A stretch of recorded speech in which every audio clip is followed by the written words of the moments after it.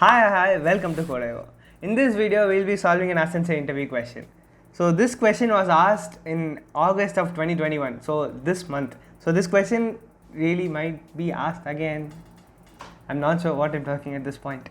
Okay, the name of the question is rat count house. So I'll first say what the question is all about and the input that we are going to get, and we'll see an approach and finally we'll try to code it. So the question is, the function accepts two positive integers r and unit and a positive integer array arr of size n as its argument. Okay, so we are going to write a function that accepts four arguments. Those arguments are r, unit, the array arr, and the size of the array n. So here is what the variables are. So r represents the number of rats, unit represents the food required for a rat, n represents the number of houses or the size of the array, and arr represents the food that is present in each house. So I think you will be confused at this point. I will just tell what the question is because this doesn't have a head or tail. So here's the question. So you are in a locality that has a number of houses and the array represents the food that is present in every single house, and there are r rats in that locality, and unit is the amount of food that is required for every individual rat. So what you'll have to do is you'll need to find how many houses from the start is required to feed all these rats. This is what we are going to find. So these are the inputs that we are given, and I'll now tell the approach that we are going to use for this. Before moving to that, these are the conditions that they want us to apply. So you'll have to return -1 if the array is null. That is, if there is no house in the locality, you cannot feed those rats, right? So you'll have to return -1. So if the array is empty, you'll have to return -1. And if you cannot feed all those rats with the amount of food that is present in these houses, you'll have to return 0. So these are the things that we have to keep in mind while trying to code this program. So I'll now tell you what the approach is. So here we have an sample input, and the value of r is 7 and the unit is 2, n is equal to 8, and here is the array. So there are total 7 number of rats in that locality, and each of those rats require 2 units of food, and there are 8 houses in that locality, and those houses have these number of units of food available respectively. So the first house has 2 units of food, second house has 8 units of food, and so on. So what we'll do is we'll first calculate what is the amount of food that is required on a whole. So we have r rats, right, and we know that unit is the amount of food that each rat requires. So we'll first calculate how many units of food we require in total, and we'll proceed with that. We'll traverse the array then and find how many houses are required to acquire that much amount of food. So first what we'll do is we'll calculate the total food required. And how do we do that? The number of rats into food required for individual rat. So the number of rats here is r, and the food required for individual rat is unit. So r times unit gives you the total number of food that is required, total number of units of food that is required. So that is total food. Now what we'll do from now on is we'll traverse the array. The array represents the amount of food that is present in every individual house, right? So we'll traverse the array, add the amount of food that is present in every individual house to a variable, and we'll check every once in a while that if the amount of food accumulated is enough to feed all those rats. If it is enough, we'll just return the count of the houses that we have come across so far, and that's the end of the program. So first we have 2. So the first house has 2 units of food. Okay, so what we'll do is we'll add that to the food variable. The food variable initially will be 0 because we haven't crossed any houses, and once we cross the first house, the food variable will be incremented to 2 because the value that was already present was 0. So the food is 2 now, and the total food is 14. Since it is not enough, we'll just move on to the next house. The next house has 8 units of food. We'll add that to food. Now we have 10 in food variable, and the total food required is still 14, which is significantly larger than 10. So we'll have to move to the next house. The next house has 3 units of food. We'll add that to food as well, and now we have 13 units. Even then it is not enough for us to feed all those rats. Now we'll move on to the next house. The next house has 5 units of food, and when we add that to food, we'll have 18 units of food, and that is enough to feed all those rats that are in the locality.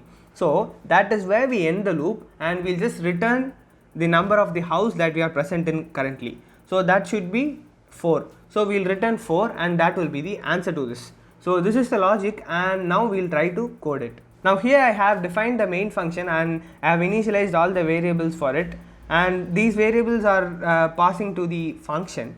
The function that we are going to write right now is house count, and it has the 4 variables that we mentioned already. The variables are r, unit, n and arr.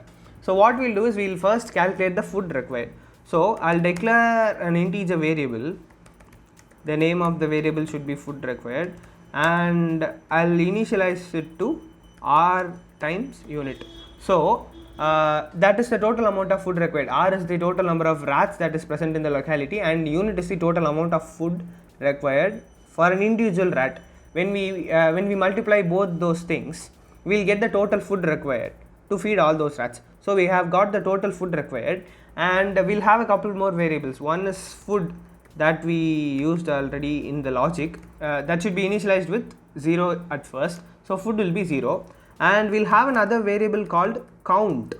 This count variable is going to tell us how many houses that we have come across so far, and this is what we are going to return at the end of the loop. Okay, so these are the variables that are required, but even before doing these things, we'll have to check one thing.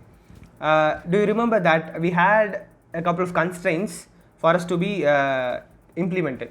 So the constraints were, if the array is null, that is, if there is no element present in the array or the size of the array is 0, that means there is no houses in the locality.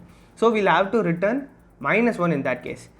To check that, we don't need any of these variables, so we can do that even before declaring these variables. So at the start of the function, I'll just do this. So we are going to check if n equals 0.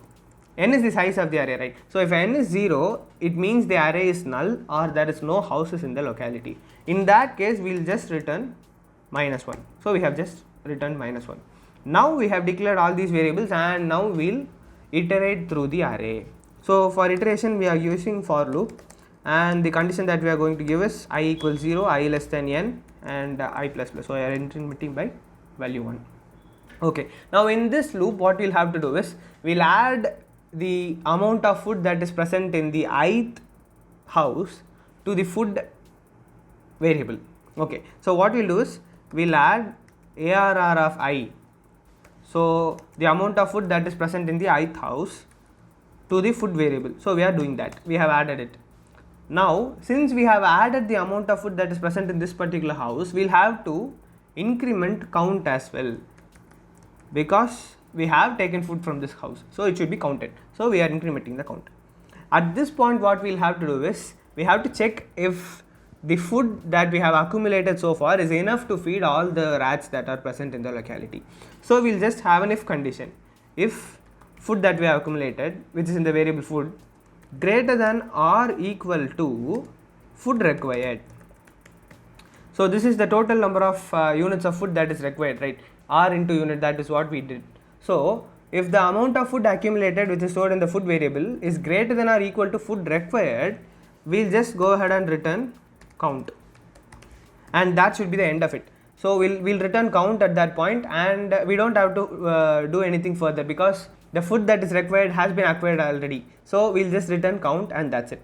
But there is another case in which the whole amount of food that is present in all these houses is not enough to feed these rats. So in that case, we are supposed to return 0.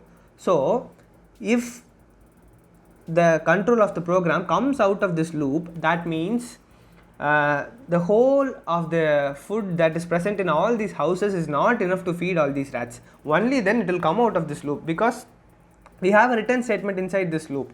So if it were to come out of this loop, it means that this if condition hasn't been satisfied. That is, the food acquired is not greater than or equal to the food required. So in that case, we'll return 0. I hope I am making sense. So at the end of this for loop, if we come out of the for loop, if the control of the program comes out of the for loop, it means that this particular if condition hasn't been satisfied yet. So that is why it is coming out of the loop. So it means that the food that we have accumulated so far is not enough to feed all those rats. That is why the return statement wasn't executed and it comes out of the loop, and in that case we'll have to return 0. So that is what we have done here. Now I'll try and run this program, and we have got the output as 4.